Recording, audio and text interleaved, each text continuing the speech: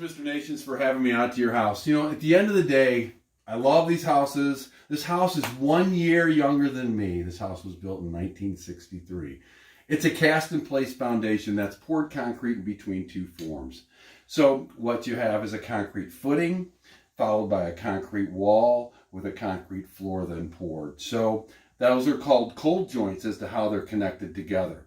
The drains on the outside of the house, we're assuming they have them. They don't go anywhere specifically, so they depressurize, but they'll never actually get rid of the water. So if it builds up too much, it can actually lift the floor or break the wall.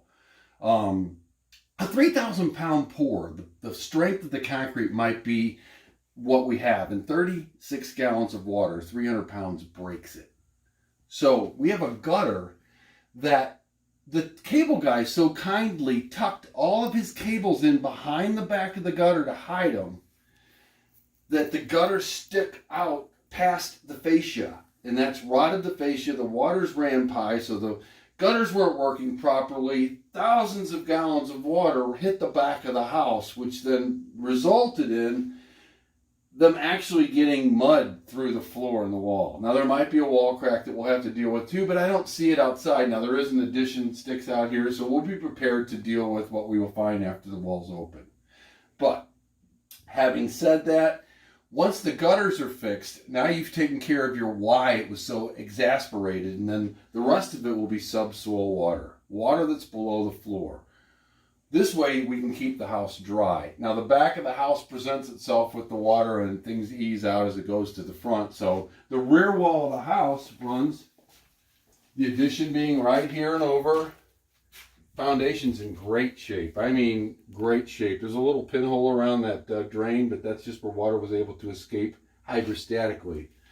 As we dead into the corner, it's really not advantageous to put a pit below a box. So we would either have it sit 6 feet to the right or 6 feet to the left. Now, having said that, when we see the videos outside, we have some real concerns with the HVAC units sitting outside to get the water around, but still could be done. But if we brought the system around and sat it in front here, we could get rid of these hoses from the HVAC or furnace and have those go into a stack pipe so that we don't have to worry about you having those running across your floor anymore, as well as any overflow that might be for your softener can be put into it. Then we'll discharge out to a dry well.